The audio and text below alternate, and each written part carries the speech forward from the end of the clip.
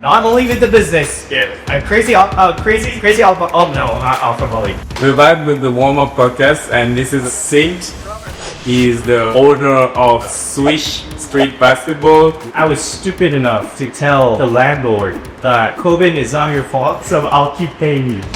Then now, and getting older, I would shoot that dream. Damn, You're letting you miss? I don't care.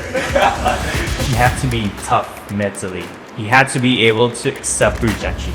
You have to be able to realize that it's not rainbows and butterflies. You can imagine it happening, but don't expect 100% that it will happen. You as Justin Bieber. Me as Justin Bieber trying to sing a song as well. We're back with the WARMUP Podcast, and this is a podcast where I talk to sport entrepreneurs in Bangkok and Thailand to get to know them better and get to know their business and how they do things. My guest today is someone I've known for over 3 years now, I guess. He's been a friend and now we are like business partners. He's known in Bangkok as Saint. He is the owner of Swish Street Basketball, which is a basketball court. He is also the co-founder of BunMe, which is a Filipino-inspired sandwich shop, right? And yeah, we're gonna talk to him today, get to know him better, and we'll go from there. Welcome, Saint. Thank you for having me, man. Appreciate you. How are you? Love the introduction. Hello. Was it? Hello. Is that complete? Is that complete? It is, man. You didn't leave any crumbs. Thank you. Happy to be here. Thank you for having me. You're welcome. Let's jump straight into it. So you build Swish for like how many years now? It's been around 7. We're pushing 7 years. So that this coming February. Yeah, that's a lot of time. So Swish right now it's more than just a basketball court. Yes. Right? It's when I get to Swish, it's you build basically a community. Yeah. Right? So when you first started, did you ever think that it will grow this big, or is it just a natural thing that happens? Never in a million years, I would say, that we expected where we are right now, if I were to be honest, because when we first started Swish, nobody knew about the basketball industry, nobody knew about the business we're trying to penetrate in the market that we're trying to pursue. But I think for us, it started with our passion growing up from the Philippines. Me, myself, my family, my brothers, we were all born and raised in the Philippines. We grew up with basketball. That's how we gathered during family festivities. We all watch basketball. We play basketball. That's when we celebrate, mainly when we gather with each other. So coming here during that time when we first started Swish, at first we were like, okay, you're passionate about it. We would like to open up a basketball court, and let's see how it goes for campus. Yeah. We were very young back then, 7 years ago, in my early 20s. So yeah, to go back to your question, it happened organically, and I wouldn't say it's because of us. It's because of our initiatives. No, not gonna at all. But I think it's more about the pull we came in. If you say Swish, for me, it's not about the facility. It's not about the court. For me, it's more about the people, the character.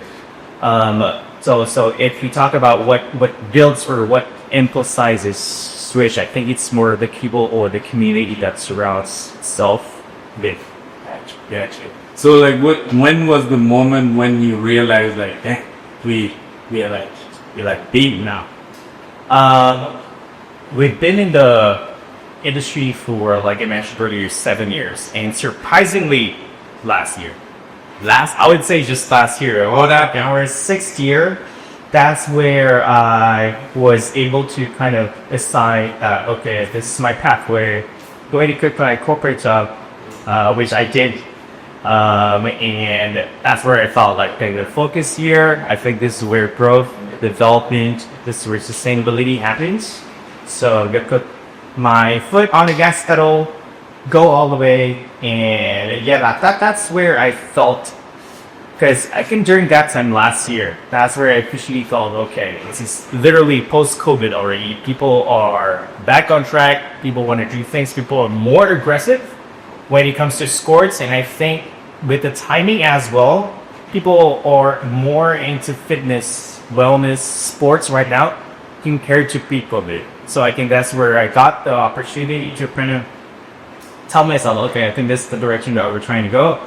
Go all the way and don't look back, don't regret. So happy to be here for where I read out all that For you to be here. So like you mentioned, like it's more like a movement that made you realize that okay, now this is the time to go full. Yes. Right? Yes. And previously you just said that you had a corporate job, right?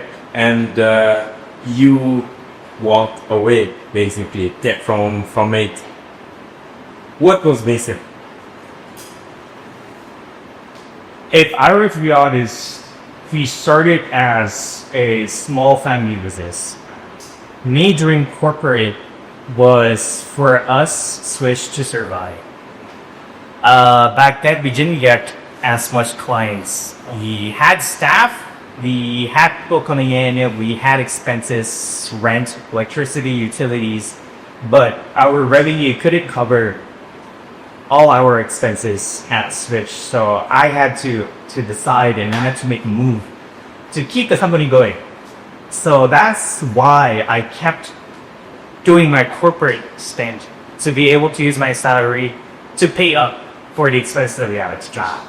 So I think I was at both ends doing business and also learning from corporate.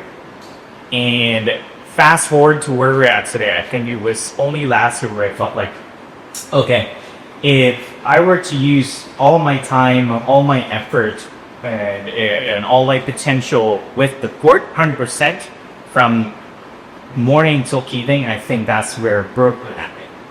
Because I think during that time, we're past that stage where I wouldn't be eating my salary or corporate to be able to pay for rent for a different rate. Now it's all about time. Now the problem starting where I don't have time for Swish. All of my time is spent with my corporate job. We could pay everything up with Swish already, but it's just nobody's looking after it. Nobody's monitoring it. Nobody's doing anything about it. So I think that's where the time where I feel like, okay, what's missing before already solved. Now something's missing starts from Swish, and I need to solve that. That's where I stepped out of my corporate job and started doing Swish. That's awesome. You just say that you initially didn't have enough clients and so on, right? So far I've seen you like partnered with Gatorade, Anta, and recently Adderall, right? What's in your experience? What makes a good brand collaboration, a good brand partnership? What can you tell to a young entrepreneur? To where can he start if he wants to partner with a pre-print? So, what makes a good partnership, and then what can you tell a young entrepreneur, for example, how can they go about collaboration with a big brand? Good question. Going to any topic that we talk about in terms of the Swish or how we run a business in partnership is very important. Or collaboration is very important. Before I used to call it partnership, but right now we refer more of a collaboration type partnership. Going back to what was asked earlier, for me it's all about timing. We have been in the same group of people in the same industry for 7 years. Every year, every month, I try to pitch this idea to companies, global communities, brands, and 8% of the time I get a no. And that's all. Yes. and to be able to align or answer the second question or follow-up question to that, what my tip would be is you have to be tough mentally. You have to be able to accept rejection. You have to be able to realize that it's not rainbows and butterflies. You can imagine it happening, but don't expect 100% that it will happen. If it does, it's good. If it doesn't, you move on. Because if you're not tough mentally, I would say every rejection you get is a blow. Not only with your business, but with your ego. You wouldn't have any confidence. You wouldn't have any weaponry, ammo for you to present again to another company. But to the younger entrepreneurs out there, just be tough mentally. That's what I would say, because everything's about timing. Imagine you were to propose something to a global brand for a non-existent market. Of course, they would say no. But if the timing is there, the market is there, they see you as part of their asset or as part of their communication in terms of marketing, in terms of exposure, that will be a walk on the park already. And with business and basketball, if I were to align it, it's the same thing as being a basketball player. You have to be forgetful. If you miss your previous shot, don't think about it. Yes, move on to the next shot. Don't focus on what happened in the past, because basketball is fast-paced. You need to decide, your IQ has to be there. It's pretty similar with business. Whatever miss or whatever chance you did not get, forget about it, learn from it. Make sure when you get the opportunity event, once you get that possible, once you're ready to shoot, once you're ready to pitch, you're all ready. You're all about that confidence. You all learn from the past and make sure it's all worth it. I know you personally as a calm and collected guy, right? Does this where does this composure of yours come from? And does it get misunderstood sometimes for kindness or being too quiet, especially in the business part where everyone thinks that you need to be like, every time. Sure.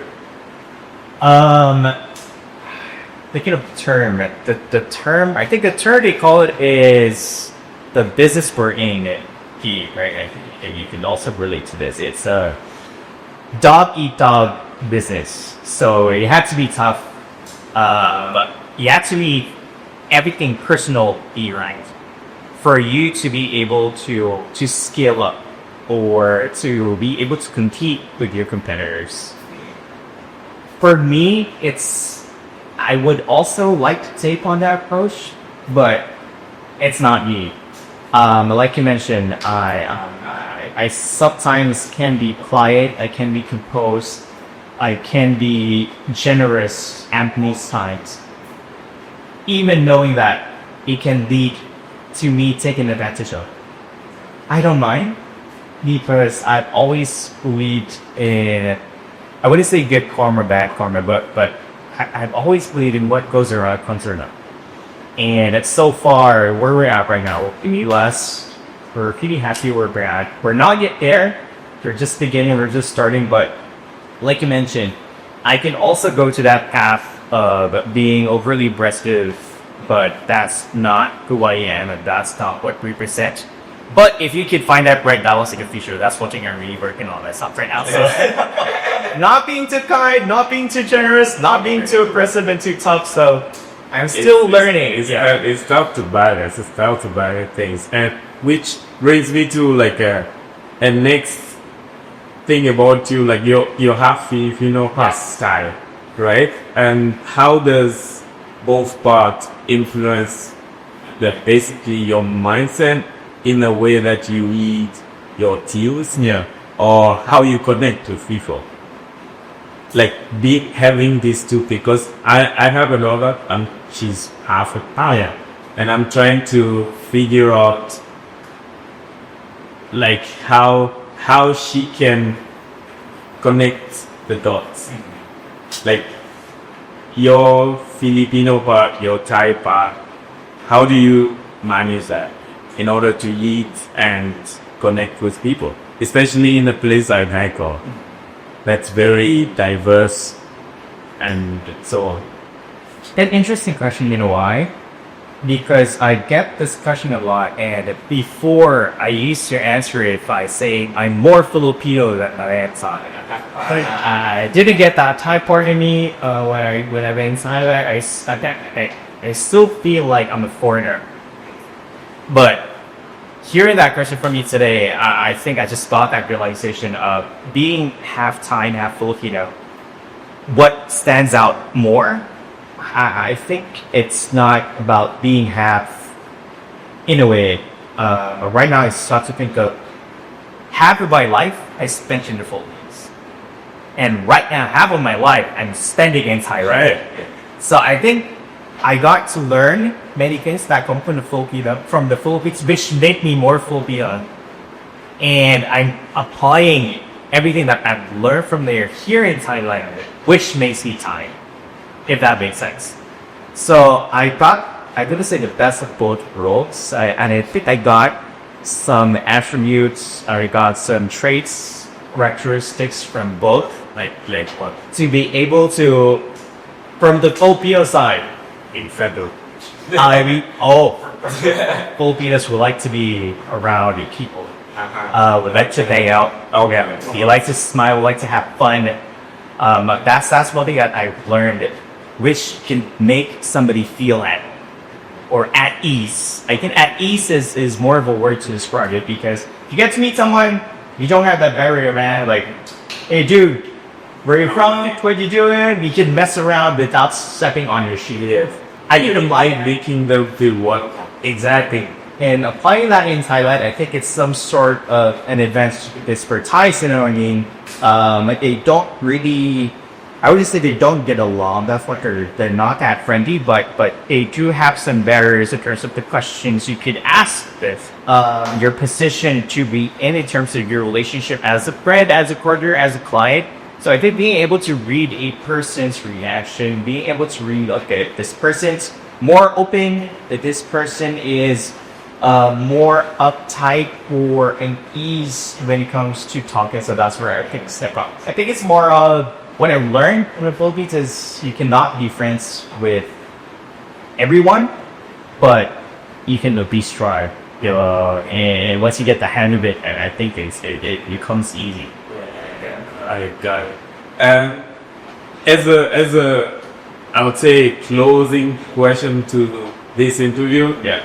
I was going through your Instagram and I found you talked to me that you grew up with a mom. Yeah. And I found out a post about your dad. Yeah. Right. So the saying was your legacy will live on forever. Yeah. So when you talk about your dad legacy, how do you carry that with you in terms of life, in terms of business in general? Well, good question, because I didn't realize that I'll be having episodes or flashbacks where we're at the movie of this clear of a flashback while I was already inside I've been doing business. Because when I was younger, it feels like you have your parents, your mom is the softer one, your dad is the stricter one. I never got to realize why there's a balance between my mom and my dad. So if you talk about the legacy that my dad provided for us, I think my dad also ran a business when we were back in the Philippines. We never understood why he was out at 5 a.m., would come back at 7, would sleep at 8 or 9. So he didn't really get that chance to hang out outside basketball games where he would kind of take his side and watch his brothers play. But that part of being able to handle problems, being able to solve it, being able to be tough for a family of 5, I think that's yes. I think that's one thing that I got to realize now, pushing 36. I think it's that mental and physical toughness. My dad's pretty buff, by the way. Oh, my dad's pretty big. Like you doubled my size. So we were wondering, like, he would come home from work, he would still work out, he would wake up in the morning, he would jog. We didn't realize that, or we didn't understand that. So I can right now be able to surround myself with you, with a few friends who also like to work out. I think it's also one way of him trying to escape or trying to divert his attention to physical health as well. So the legacy that my dad provides pretty much will it all. Both physical, mental, and how he was as a dad to a family of five, which is tough last thing up. Yeah. Correct. So if I were to kind of copy or have my dad as a role model, I think it's somewhere along those lines of being able to carry a family with composure and being able to take care of himself as well. Unfortunately, he passed up when I was in first year college, 2013. So rest in peace. So, yeah. You miss it? I do most oftentimes, but I think, like you said, life is short. We try to make use of the times that we have here, so people who are still present along with us at the end. I think that's the factor where we have to spend more time, not only with the business. Yeah. I'm crazy workaholic. I'm crazy workaholic.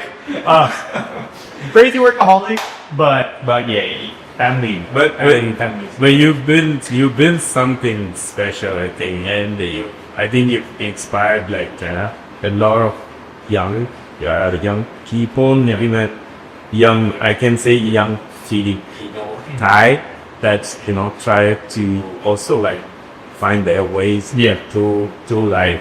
And throughout this whole time where you will be like this, that what has been the biggest personal growth from your side? Oh man, tough question. Appreciate that. It's a good question. Personal growth for me, I think it's more. It's tougher to answer that question now. Just to give you a quick backstory, it's easier to set a goal if you have nothing than to set a goal if you have something. Setting a goal if you have nothing gives you desperation, gives you more fire, it gives you less problems, I think, because you start from zero. Setting a goal where you're already at something means you've already achieved something and you have to achieve a higher standard of success compared to before. So growth for me now, I think I appreciate people more. I appreciate that you cannot do it alone. I appreciate the people that has been with you at your day ones, pretty much. And I think I could be proud and happy to say that you're one of those guys as well. Could be, and I do know, and I do keep count. Yeah, I do keep count of who's there since day one, and that's the realization that I realized that thinking to myself, you're not all that great. You cannot do it without the help of other people. You cannot be selfish. Exactly, you cannot be selfish thinking that it's me. I did it all myself. I think it's more of appreciating the people around you more. I appreciate the people around me already, but I think personal growth happens if you appreciate those people more. If you're willing to give out, you're not waiting for anything back. So I think I'm happy to be able to say that personal growth for me comes with not any material things, but more of the relationship that I built with the people around me, and I hope it gets to grow more mutual relationship. Awesome. Let's turn things up. Now it's time for your warm up and hope you're ready. You're feeling cold already. Now it's time to warm it up. Let's go! Now we're on the warm up session of this WARMUP Podcast, and I have five sets of exercise that Sid has to do right now. You need the silent ball right there. Hey.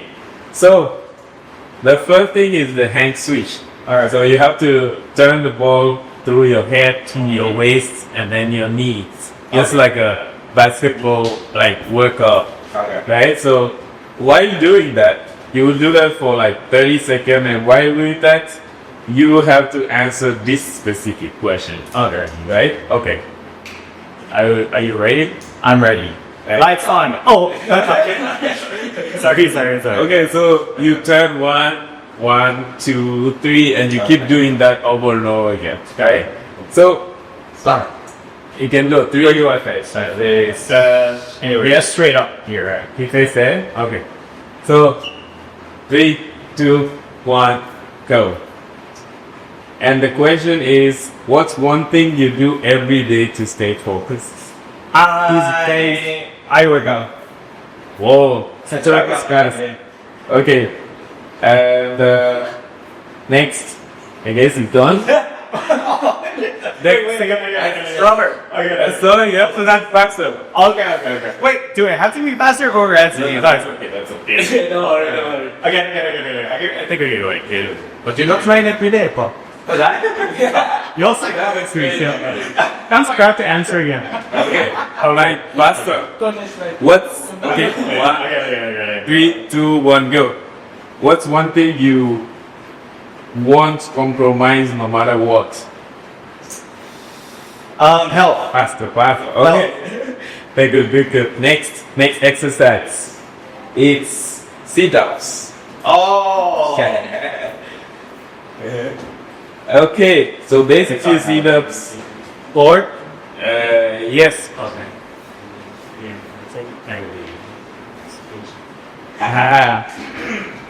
I will go as slow as I can.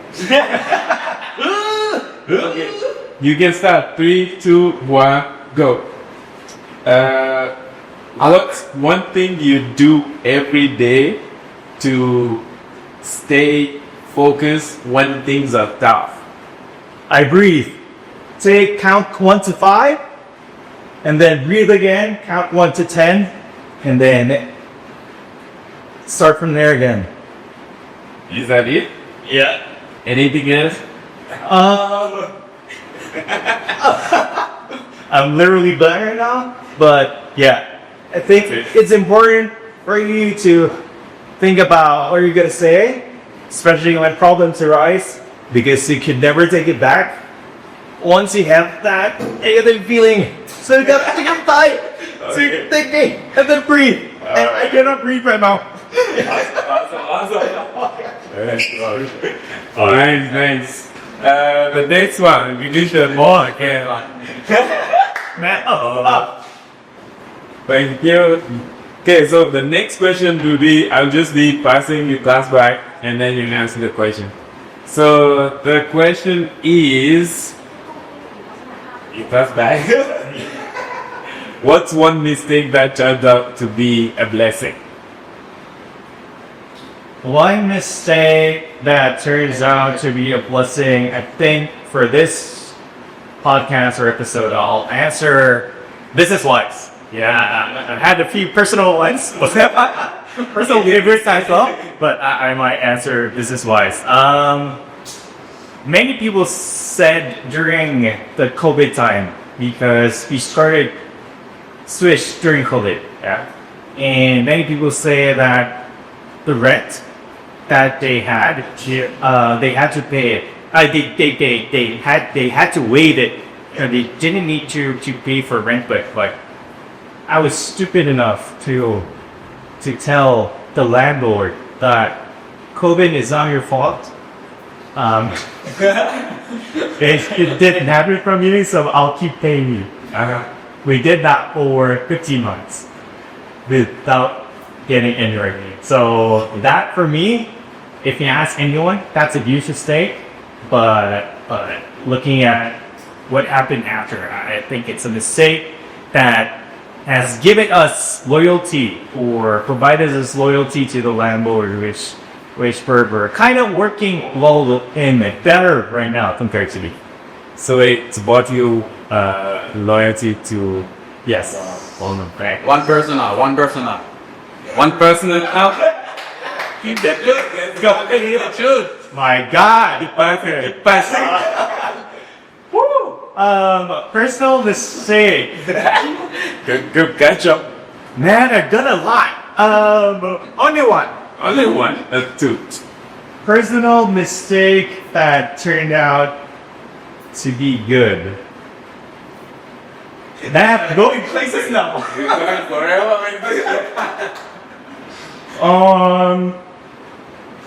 Personal mistake. Okay, Okay, what I was younger. When I was younger, right?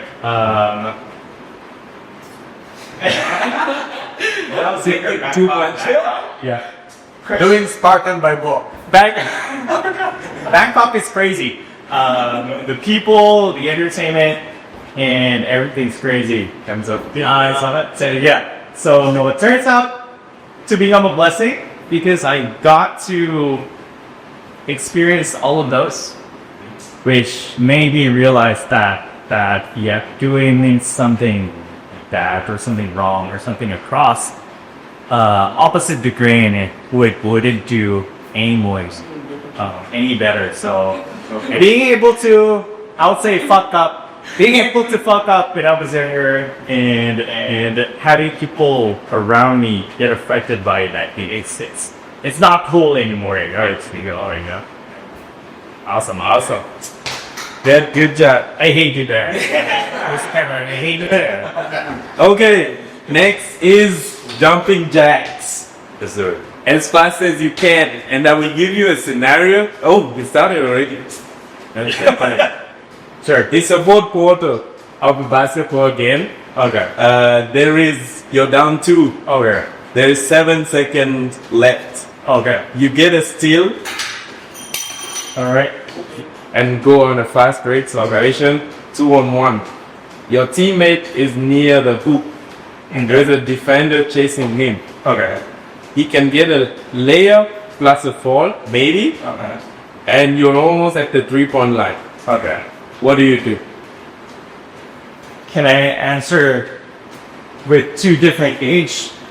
No, your scenario. I would say, when I was younger, I would attack the basketball closer to the basket, get that defender to come closer to me, and give it to the open guy. Okay? Now, if I were to answer, now and getting older, I would shoot that 3. Damn. Lazy. You letting you miss? I don't care. Okay, good. Now, last one is clank hold with a ball. Alright. Okay, so this one, you will hold the clank on the ball, say like TNT style. Okay. And then about TNT, it's up to our TNT investment. Okay, so you hold your plank here and focus on the camera. The camera will be on your eyes, and you answer this question. No, you can start the time. I'm sorry, man. No, that's not it. My personal trainer is here. June, you need to fix the sponsor. Okay, bye. So the question is, when people look into your eyes years from now, what do you want them to see? I wanted to see a genuine guy. Someone who's always been transparent. Someone who's always prioritizing giving back more than receiving. And I wanted to see someone who actually cares. Who actually cares, regardless of how much attention or time I spend with them. I really do care about everybody, and I think once you look at me in the eye, even right now, you could tell that, or I'm assuming you could tell that. So, yeah. Also, you did good. Okay, now we're done with the warm-up. Now it's time to cool down and talk a little bit more. Sweet. Alright, now it's time for a cool down and we're going to the next part of this podcast, and the part is called "Explain These Posts." So I was looking into your Instagram, your social media. Oh my days. Okay. And I found 3 posts that I really need you to explain. Okay. Because Jumping jack.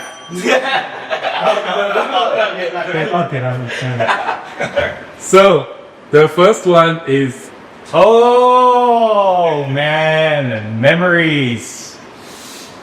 Okay, this is the shoot that we did for my very first corporate stint. I used to be an English tutor at this institute called Wall Street English. Yes, Wall Street English, and yeah, we did a shoot. They promoted it as part of the 10th year anniversary, I believe, and yeah, this is where I can remember how old was you? I was I think 22. Yeah, I was 22 back here. I've met lots of great people. I think this is my first stint officially to be able to say that I was already introduced to the Thai people, the Thai culture and everything. So good times with Wall Street English. Shout out. It is nice for someone to study English. My advice, if you want to learn English, you have to use it also, not only in a school but outside of school as well. Because that's how I met my Meredith skipped it. That's how I met my. okay. Flip it. Okay, next post. I really need an explanation. What's going on here? Oh my goodness! So did I mention how I met my? No. Yeah. So this is a post. I was dating with my girlfriend back then. I was bad at editing, and she wouldn't answer my calls. She would reply to my messages, so I posted it on Instagram for me saying sorry to her. And You as Justin Bieber? me as Justin Bieber trying to sing the song as well. Is it too late now to say sorry? So that actually looked good. But yeah, that looked good actually. Very plain. Any advice for someone to say sorry to a girlfriend? Yes, however, don't do this. Okay, the last post is this one. Oh my! Wow. This was me back in the Philippines. I remember this. This was in project that the soy is called Project 8.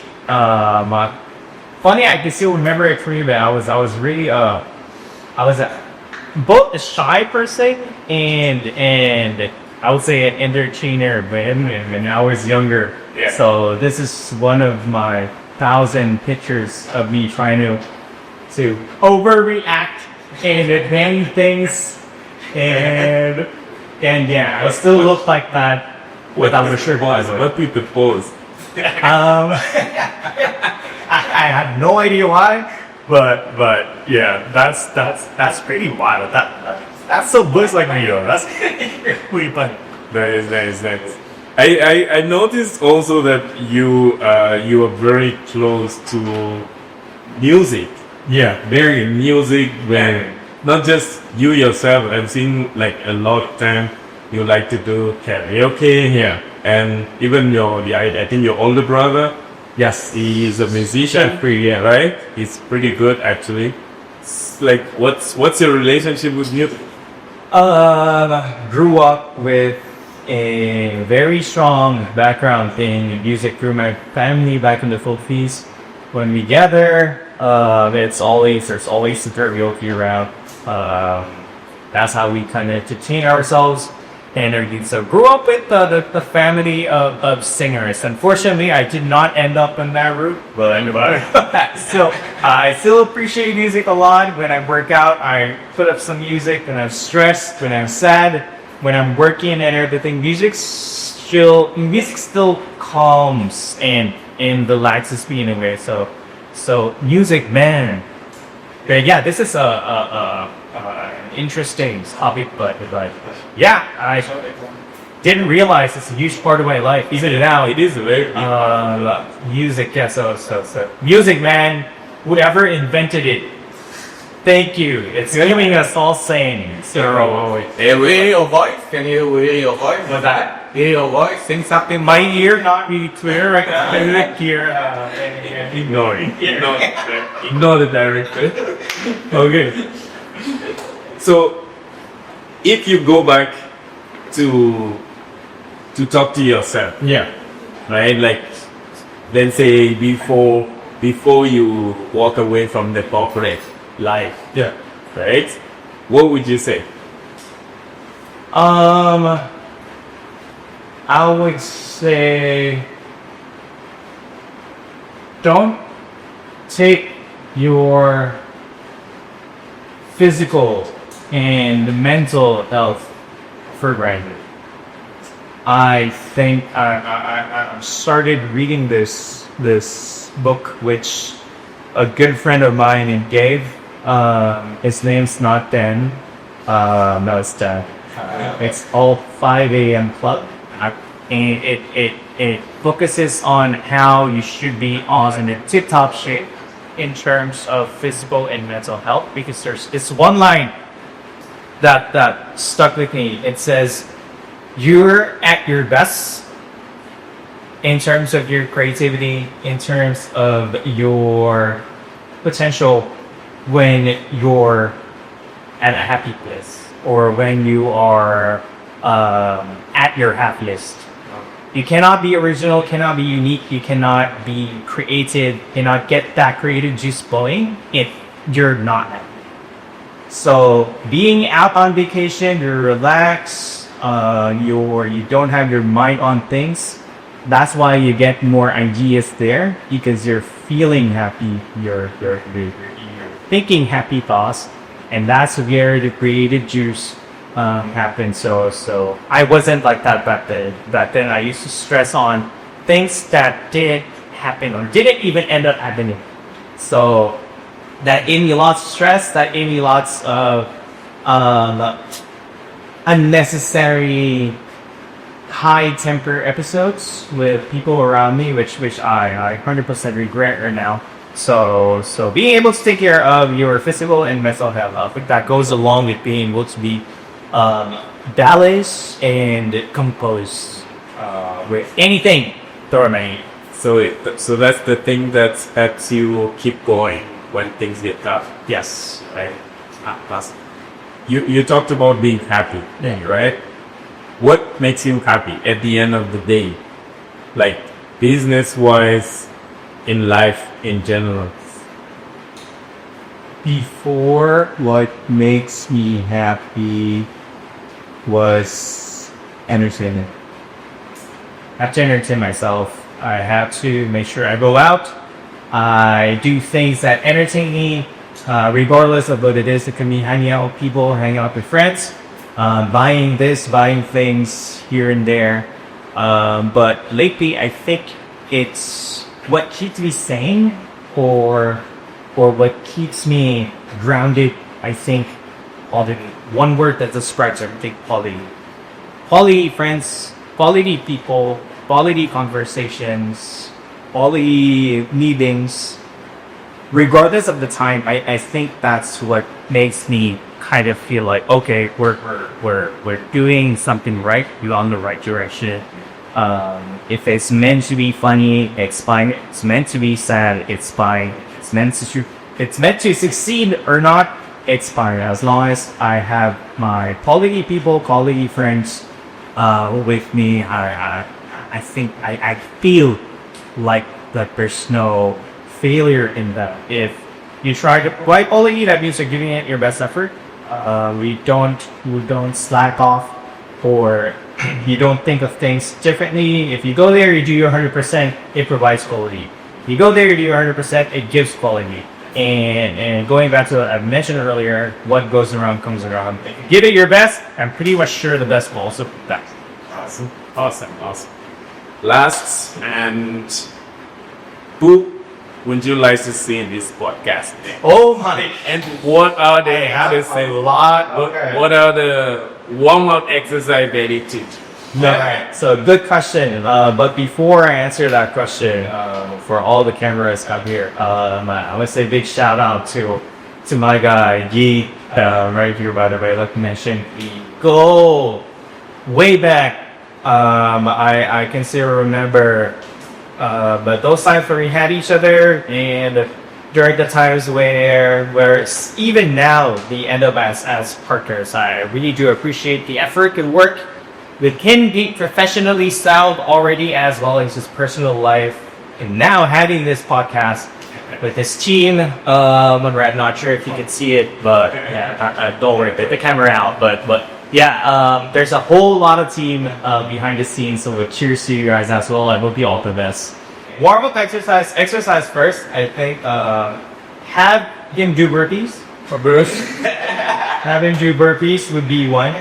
Next, have him do squats. Yeah. I think squats and burpees.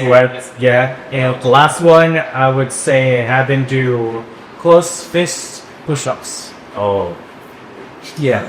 And this person is, I'm not surprised. I'm spending most of my workout time with this person as well. I've grown pretty close with this person. I also consider him as one of my mentors as well. He goes by the name Dan. Dan, if you're watching now, I know you are. I'm daring you to be part of the show. It's really fun.